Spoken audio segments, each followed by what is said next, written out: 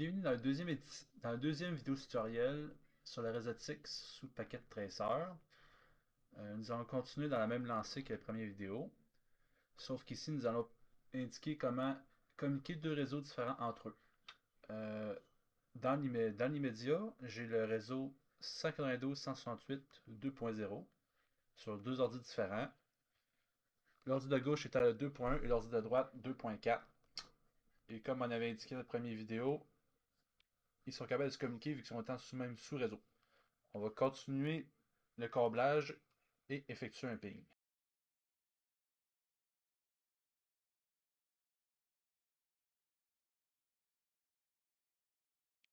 Comme en ce moment, tous les connecteurs sont ouverts parce qu'il y a une communication active et l'électricité passe entre chaque périphérique. Nous allons donc effectuer une communication entre les deux, de gauche à droite et de droite à gauche.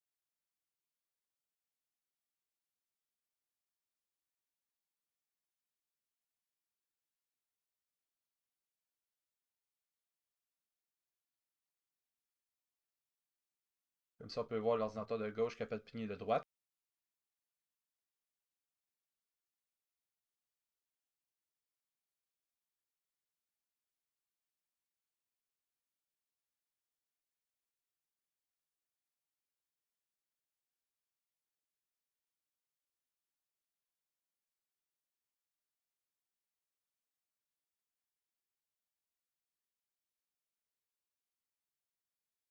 Et droite capable de pigner le gauche. Cependant, qu'est-ce qui arrive si je décide de changer de sous-réseau sur le deuxième ordinateur? Pourtant, ce peut se communiquer sont local sur un même switch, sur deux switches qui se communiquent ensemble. Donc, on va changer les adresses.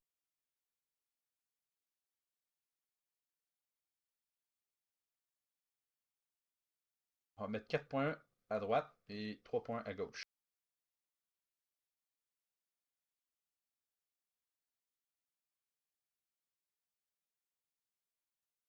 Normalement, la même logique devrait s'appliquer, devrait être capable de communiquer. On va essayer ça tout de suite.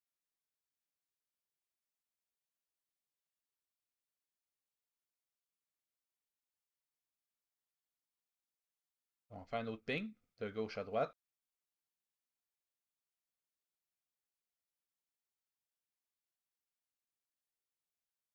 Capable de se ping lui-même.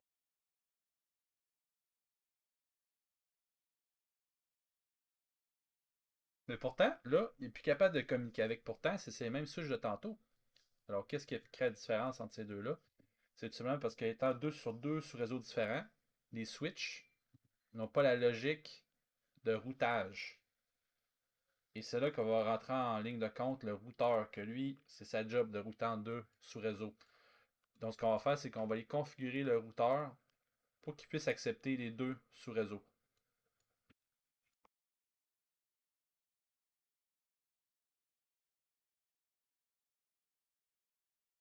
On va relier les deux câbles sur le routeur.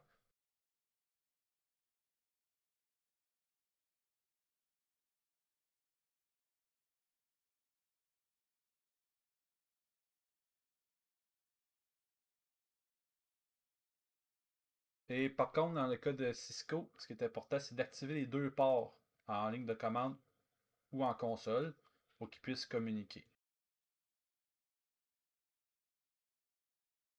La gig 0 et la gig 1.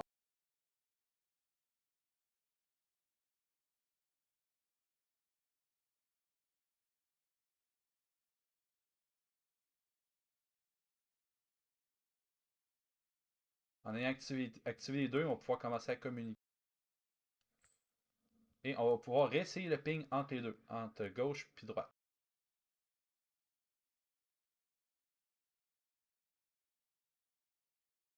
Tandis que gauche toujours capable de pigner soi-même, on va essayer de pigner l'autre.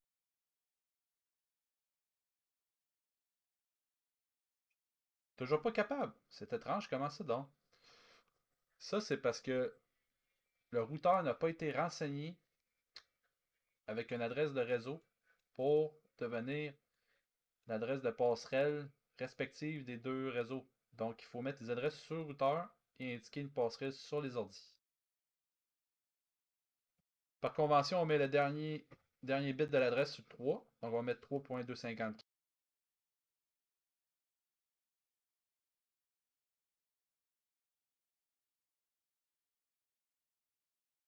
On va faire la même chose avec le 4. On va mettre 4.54. 254.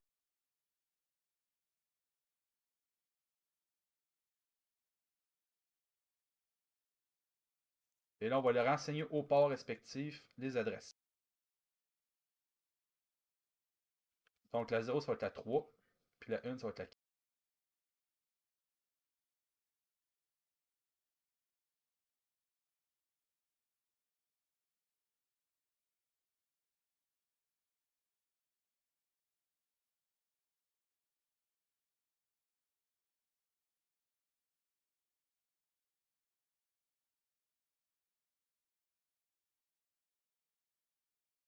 Première chose, on va commencer à communiquer avec les ordinateurs avec leur sous-réseau.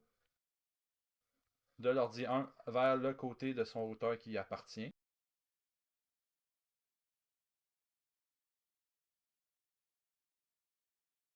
Donc là, l'ordi est capable de pigner entre lui et le routeur de ce côté-là. On va faire la même chose avec l'autre réseau, de 4.1 vers 4.254.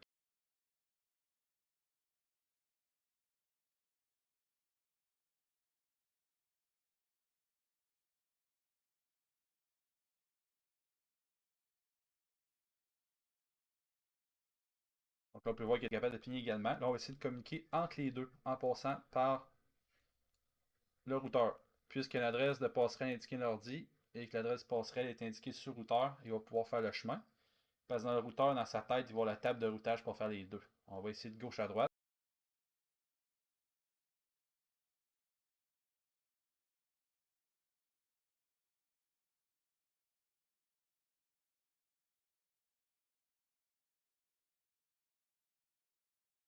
Donc là, comme on peut voir, il réussit à pigner. Donc on va faire la même chose de l'autre bord, de droite à gauche.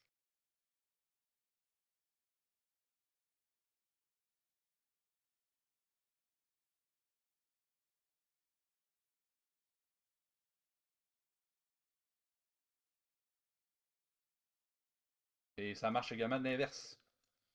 Donc si on résume, l'important ici, c'est de renseigner l'adresse de passerelle sur les ordi et de renseigner sur le port directement du routeur la même adresse de passerelle pour qu'il puisse justement passer du réseau vers un autre.